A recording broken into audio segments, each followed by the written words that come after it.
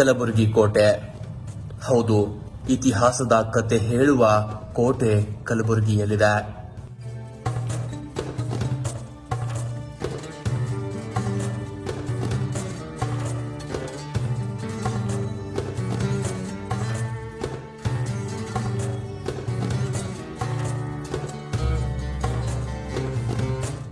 ಕಲಬುರಗಿ ಕೋಟೆಯನ್ನ ಮೂಲತಃ ವಾರಂಗಲ್ ರಾಜ ಗುಲ್ಚಂದ್ ನಿರ್ಮಿಸಿದ ಎನ್ನಲಾಗುತ್ತೆ.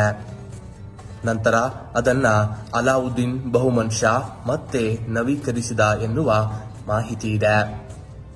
ಕಲಬುರಗಿ ಕೋಟೆಯು 20 ಎಕರೆ ಪ್ರದೇಶದಲ್ಲಿ ನಿರ್ಮಾಣವಾಗಿದ್ದು, ಅದರ ಹೊರಗಿನ ಗೋಡೆಗಳು 3 ಕಿಲೋಮೀಟರ್ನಷ್ಟು ಉದ್ದವಿದೆ.